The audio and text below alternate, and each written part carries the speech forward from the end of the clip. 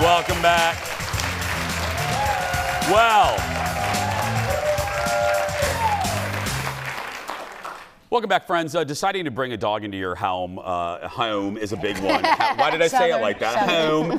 And one that requires a lot of time, a lot of thought. Once you commit to it, you'll need to pick out the puppy that's right for you and your family. And for many, that means choosing a breeder that checks all the boxes. Joining us now with that and a ton of other stuff. Give it up for my favorite dog trainer, Katie K9 from My Talk 1071. Okay. Hi, friend. Hi there. Now, Fallon is here because Fallon has a real-life question because you're going. But let's start with just breeders in general. There's a reason you find a breed cheaper, breed for greed. What are we talking about there? Okay, there's a lot of backyard breeders, especially during COVID. Everybody wanted a dog, and it just went rampant. And so, Frenchies. Most Frenchies, you can't touch them under $3,000. Okay, the thing is that if you can find one at $600 or $1,000, there's a reason, because it came from a backyard breeder or a puppy mill. And the thing is that a big red flag is, we'll meet you halfway, or we'll meet you at so-and-so gas station or restaurant parking lot. You want to go and see for yourself how they're, what did they grow, what was their environment. If you, but the puppy mill people have gotten pretty suave. They will hire a family, and then they will send you to that house to look at the puppy. Okay, and so they've got pretty sneaky about this. And a good breeder they'll interview like you applied to be president of the United States. They bred these puppies, and they're very special, and so they want to make sure it goes to a good home. And some of the really good breeders, they match your personality by getting to know you. Okay, are you a bookworm or are you running marathons? Okay, first of all, you better get the right breed for either one. Right. And then the second of all, every litter has a personality. You can have 5 Goldens, 5 Frenchies, 5 Boxers from the same litter and have 5 distinct personalities. And so that's what you got to do, is match personalities along with breeds. I think I told you this, and I told the audience, I almost got scammed when I was getting Milo. Oh, did you? Because someone did what this next thing talking about.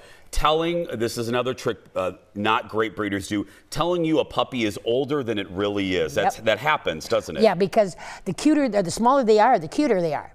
And so Minnesota's done really good work, our animalfolksmn.org, where they're responsible for trying to, no longer can you sell puppies and dogs in pet shops. That used to be a huge avenue for the puppy. Yeah, and so what happens though is the smaller they are, the cuter they are. And so that, God knew what he was doing when he made puppies. Who could resist that face? Yeah. Aww. And so then, so they'll tell you that it's 3 months, 12 weeks, and it might be only 4 or 5 weeks. And if you get a puppy at that age, it's not good. No, it's not. Because they haven't learned from mom and from the litter mates bite inhibition. If they bite too hard, everybody yelps. Okay, sorry. Mom, you tick mom off. You get mom's teeth around your neck. And so try to train them is literally those people wind up living with the dog they wish they didn't have, but they just kind of coexist and put up with the shenanigans, because it's like Lizzie Borden, when he's good, he's very good, but when he's bad, he's very bad. Yeah. What should you, and this leads into Fallon's situation, what should you ask yourself, Katie, when you are looking for a dog, a breed? I always use the example of, and 101 Dalmatians come out. Everybody thinks Dalmatians are cute. They're cute because Disney drew them that way. But, But then, during Fraser's, it was Jack Russell. You're in Tintin, it was, Shepherds. And then Frenchies came out, they're in ads and such like that. And then that went absolutely nuts. So what people see on TV, they want. And they think, that Eddie, the one that was on Fraser, he was 9 years old. Well, Jack Russells are very smart, but you put a lot of training in to get a dog that looks that calm. Yeah. And they're not like that. They ricochet from the walls. Well, that brings us to Fallon. Yeah, so I said goodbye to my beloved Pom, of 16 and a half years last year around this time, and I have not been ready. Yep. We did foster some baby Poms, and I was like, I don't think I want a baby, like a puppy. I don't think I want that. And I'm big on rescuing, so we do rescues. But when I said, I think I want like a 1-year-old rescue, people come for you and they say, it's going to be harder to train. They already have their abilities, their things, their blah, blah, blah.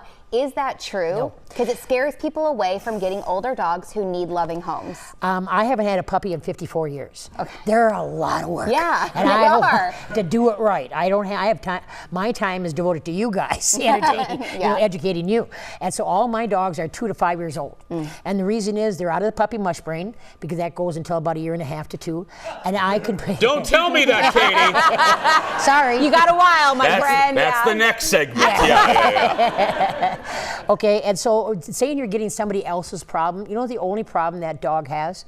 Nobody took the time to train them. And yes, there are personalities. You got to pay attention. There are some because the neat thing about getting a secondhand dog, a rescue, is that you know how big they are. You know what they look like. You know, I can't tell you how many mini golden doodles have come through my puppy classes. And I'd look, mini gold, okay. You know, this dog's going to be about 70 pounds. What? Yeah. Just be, you know, because it's not imprinted yet. It's not standardized. And so you can have 5 minis and one that's going to be like this. You know, and that gal just about, she says, I can only have a dog that's 25 pounds. They told me it'd be 25 pounds. And so the thing is that no, because you go according, everybody looks at dog's paws and say, well, geez, they're going to be big. And it's like, no, it's the diameter of the leg. And then when they stand, there's a bump. When you go down the front, there's a joint where the paw is, but there's a bump here. And so what you do is you go down when they're standing, go down, and the bigger the bump, and the more diameter of the leg, the bigger the dog. Okay. So look for that bump. There we go. More with Katie K9 when we come back. Back after this.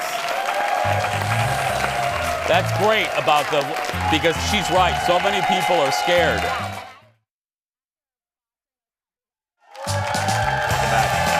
More with Katie K9. Don't forget to listen to Katie's show Sundays on My Talk 1071, MyTalk1071.com if you're watching from around the world or around the country. Okay, let's wrap up. Buying, because again, we can't say that enough. I'm so grateful Fallon brought that up about adopting a 1 or 2 year old. You can do it. Yeah, any age, 10-year-old. Yes, okay? and my heart goes out to the people that take the dogs that are 5 years and above. Okay, even though you get one in a year, there's no guarantee it's going to live to be 3. There's weird things that happen. Yeah. But the biggest thing what Fallon's going through and people telling him, stop that. Yeah, Don't tell people that. Because they are wonderful when you take the time. When I get them at 2 to 5 years old, I put 5 weeks of training into them, and it's like I've had them all their life. They come with a little bit of baggage just because a habit formed. Hell, people do. Okay, yeah. True. And anyway, and so the whole thing is that you get good with a good trainer, such as myself. Yeah. But anyway, and you work together as a team. Show the dog that this is good, that's bad. Just trial and error, and everything will go smooth. And like I say, 5 weeks of training for an older dog is nothing. To make everything come together. So never ever go down that road. Okay, let's move on to the period I'm in right now. I have a new, you guys know I brought him. Milo is my boxer puppy. He was born in February, so what would that make him? 5-6 months. He's 37 pounds. People have said this. I'm in the regression era. Can you explain? Because people went, I've never heard of that. Puppies regress at a period, don't they? They forget everything you taught them. And they're really cute and sweet, and and it seems like, oh geez, they're walking on a leash nice. Now they're not biting as much. They're coming when they're called. They follow me all over the place. And then 4.5 months hit, and all that is done. Yes. Because what happens is that it's like Will Smith came up with the Men in Black gun and just wiped their memory. Yeah, good analogy. But that's true, because now what happens? That's the first stage was, okay, where am I? Who am I? Who are you? Where am I at? Now they know where they're at. They know you. Now the world is their oyster. Oh, wow, shiny. Check that out. And all of a sudden, like, I know you, but I got to go see this and that and this and that. And so then all of a sudden you become low, and they're testing you. As a leader, what are you going to do? You got to still follow through. They know it, but they're testing you like, you said sit, huh? Oh. You said come, huh? Oh, literally a couple days ago, Milo, I'm standing there. I had just taken him out. Yep. And I mean just took him out.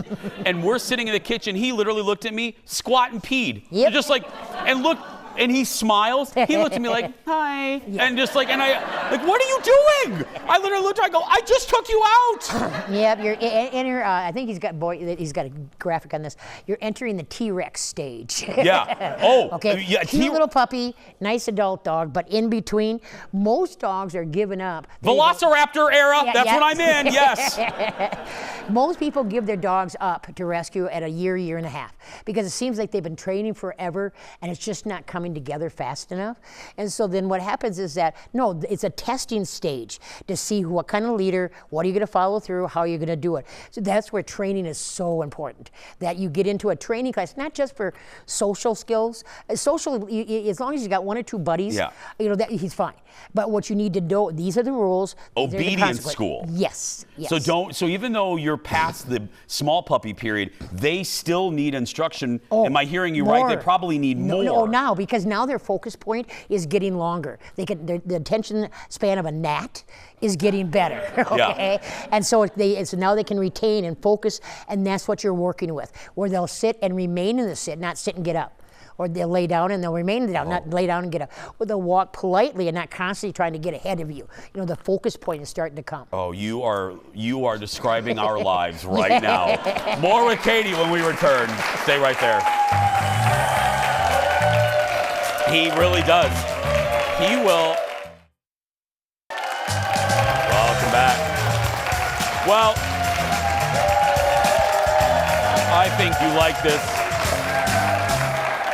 I'm lucky enough to be friends with Katie, so I can text her a question at any time. But when she comes here, we like to loan Katie out, so to speak. So Fallon is in the audience with some audience questions. Oh, and that audience member looks familiar. It's me. I selected a face you've never seen, this beautiful angel. What's your name? My name is Erin Schwab. I'm from West St. Paul, Minnesota. That's right. Wonderful. And ma'am, what's your question? Yeah. Oh, sorry. Yeah, I have two dogs. The first one is like about 3 years old, rescue dog, awesome, right? Amelia Bedelia, came like that, true to her name. Also, then I have Lightning, who is a Schnauzer Yorkie mix, who is 14, who right now, I feel like, is struggling a bit with his old age. And he feels like everything in our house is a bush.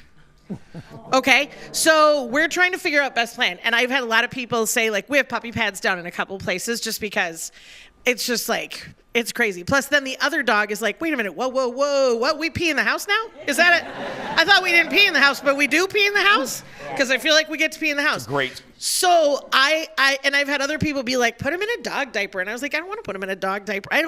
What is my best plan for our poor, sad friend and his 3 teeth? Oh, yeah, that's good. Yeah. He's got teeth. He's got about 3 left. He looks like this. Don't worry. It's a specific situation, but it's a general situation. But it's an old dog. Older I know dog. other people have had this quandary as well. Well, see, the problem is that is it health related as far as if you're feeding too high a salt diet and then he's drinking too much water, so then now he can't hold it like he used to? Sure. Is this his MO all of his life? He would leak in the house? No. Or not? Okay. No. What's in the last 6 months? It's been going on for at least that long, maybe a little longer. Okay, you got 2 things. If you don't want to do the doggy didiaper, then the thing what you got to do is create an area for him, like with baby gates. Yeah. And that's his area. Great. Okay, and then when you want him on the couch and be with you and go for a walk, you take him out of that area. Great. So then that way your house is saved, and then the other dog, like you say, they do pick up on that. Well, I'll use it too. No. Thank you, audience member Erin. Thank you so much. It is. It's all. Erin, who do we have next? We have, I don't know what I'm talking this. I don't know what's happening. Debbie. Give it up for Debbie, everybody. Wait, Jenny. Jenny, I was just kidding. It's Jenny. It's Jenny. fine. Hi. I also have 2 dogs. I have a golden doodle who's 7 and a poodle who's 3, and they feed off each other's energy and jump on my mother when she comes to the door. How do I keep them from not jumping on people? Great question. First, you've got to work them individually. And then you have a trading collar on, a leash on. When people come in the house, you're facing east and west, and the company's facing north and south, and the dog is to sit politely at your side. And then if you ask the people to come in, they cannot say hi to the dog. No greeting of the dog at the entryway, ever, never, ever. Okay, and then they can say hi to you, but they can and if the dog jumps out at them, you bump back. Wrong, sit. Okay, or you can stand on the leash at the door, okay, and then if the dog tries to lunge out, then he's gonna correct himself, and then you're gonna come back in the house, either the kitchen or the living room, take the leash and sit on it and ignore the dog. And so now the dog is getting used to the smells and the sounds of the people, and now they're calm. And then the older they are, they calm down quicker. That maybe in about 20 minutes, you can get off the leash, and now the dog is going to be polite, with them. So it's a work on your part. Work them separately at the door. When they get good, then work them together at the door. But no greeting ever, never, even when you come home, no greeting at the door. So that's not the place to say hi. Great. That's jumping is a big thing. And we have time for one more, Fallon. All right, Debbie, what's your question? Oh, I'm Jean. Jean, guys, I have a list. It Good doesn't Lord, matter. Fallon. Why am I here? Just put a microphone on a stand. So I also have a mini golden doodle that is must be overweight and underwalked because he's 40 pounds. But anyway, he's obsessed with balls. He has to have a ball in his mouth all the time. It's like a pacifier. He can't eat his food unless he has the ball. And then he makes a mess with the water dish. And I'm like, how can I replace the ball so he isn't so crazy with it? Best question ever. And you're not going to like the answer. Throw all the balls away. Never, ever, any ball ever again. You created the compulsive disorder by giving it to him. Now you've got to stop it, okay? And so the thing is that, and this is my obsession, if you got an overweight dog especially, and they're playing their ball compulsive, you're just asking for a heart attack. That one of these times when he goes out to get it, he ain't coming back. So the thing is that you've got to get weight off the dog, feed less, okay, and then those balls go away. If you want to, I shouldn't even say this, just to have the ball go away. Everybody wants to whip the ball. The dog goes down 100 miles an hour like he's shot out of a cannon, slams on the brakes, picks up the ball, spins, powers back to you. If you could do the exact same thing the dog is doing, then more power to you. But if you could only make it down once and back, then don't expect your dog to do it anymore. And the thing is, there's a lot of ACLs that are blown because of that, especially if they're overweight. ACLs now are 10 grand. You better start saving, because the thing is that when he blows one, the other's going within a year. And so that's why it's to your benefit to take the balls, get rid of them, let him play with other. Everybody says, but he looks so happy. Well, yeah, because like, okay, we're gonna play again. We're gonna play again. You know what I mean? And so that's what they're there to please you, and they see you being pleased. Okay. Katie K9, everybody. Yeah.